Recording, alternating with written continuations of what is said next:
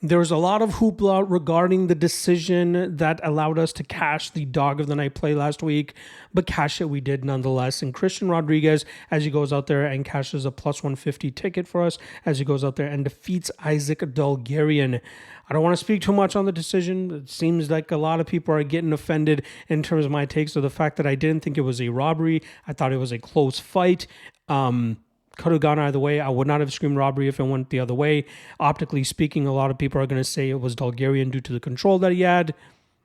Again, I don't want to get too far into this.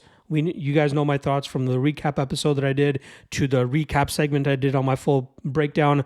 But regardless, at the end of the day, we're cashing our ticket on Christian Rodriguez and now bringing our dog of the night record to 8-18 for minus 6.06 units and minus 23% ROI, getting back closer to that green and getting back closer to the results that we had in 2023, where we were able to cash some solid underdog tickets and stay firmly in the profit. Also, I got another 3 dog of the night candidates here for you guys for UFC Vegas 89.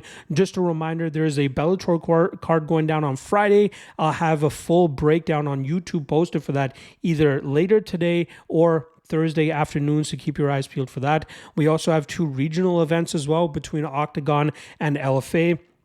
I'll have written breakdowns for those on the Patreon page, so if you want access to that, and not to mention all the other great content that I normally drop over there, check out the Lock of the Night Patreon page. Link in the description below. All right, let's get into the top 3 Dog of the Night candidates for this weekend's UFC card. First of which is going to be Mr. Igor Severino, who comes in at plus 150, going up against Andre Lima. Now, both these guys are under their contract through the Contender Series last season, as they both had some pretty dominant performances, but it was Severino who ended up getting a finish over Jonata Silva, where he was able to pretty much bulldoze him through the first 2 rounds and then eventually get that finish in the second round. This guy is an aggressive striker, likes to move forward, likes to put pressure on his opponents. He's fast, he's powerful, and he does a great job in terms of keeping his strikes straight down the pipe.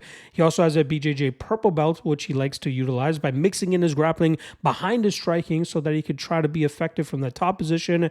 And I believe he's finished all 7 of his victories thus far. His cardio doesn't look that bad either, considering the aggressive style that he usually brings to the table. And I think he is the more complete mixed martial artist here compared to the 7-0 record, I believe, of Andre Lima, who has finished 5 out of his 7 opponents, 2 of them going to a decision. That guy comes from a kickboxing background, and the grappling that we've been seeing from him has definitely been improving, but a lot of the grappling you see from him is more so defensive and looking for time to just rest and catch his breath. He does start to slow down later on in his matchups, but luckily for him, he's been going out there and beating guys that have, gassed out themselves or were unable to keep up with the style of Lima. But this will be Lima's first true test, in my opinion, and I think we'll really see Severino control the pace of this fight, land some takedowns, have some success in the striking realm. His durability seems good enough as well. So I do think he'll put the pressure here on Lima, potentially find a late finish as well. But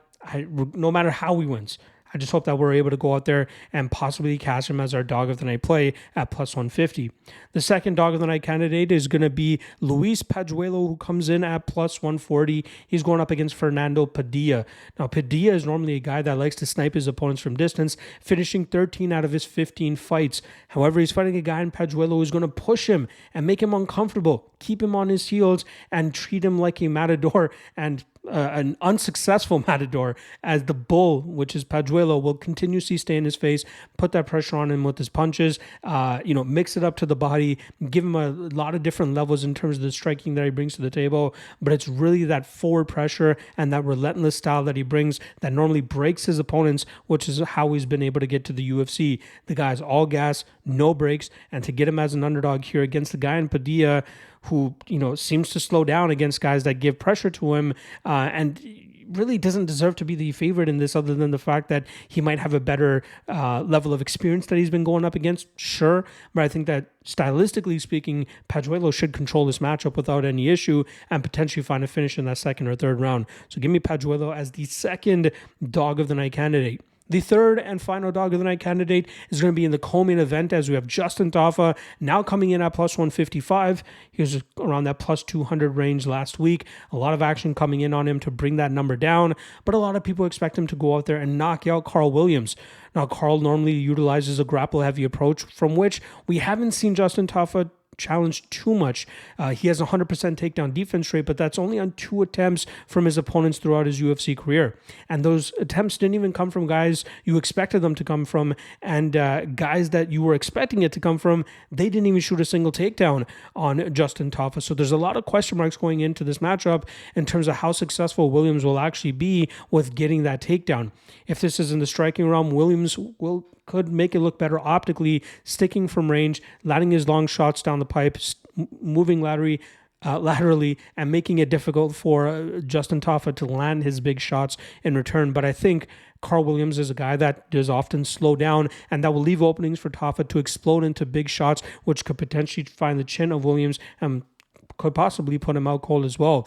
So I do think that Tafa is very live for a knockout in this matchup. All of his wins obviously coming by knockout, and I think he keeps that trend going this weekend as he pulls off the upset and knocks out Carl Williams in the second or third round. Which of these 3 did I pick as my actual dog of the night play? Check the lock of the night page in the description below, as I've already dropped the play there, so you guys can get nice and get privy to it there, as I already have it posted, like I said. Reminder, Bellator breakdown will be coming out later today if it's not already out. LFA and OKTAGON going down this weekend as well, so if you want breakdowns for that, check out the Lock of the Night Patreon page. Otherwise, stay tuned for all the other great content that I got coming for UFC Vegas 89, which the next should be tomorrow for the Locky 2-Step / Locky Trinity free parlay, as well as the quick picks breakdown for that UFC Vegas 89 card. I'll see you guys then. Peace.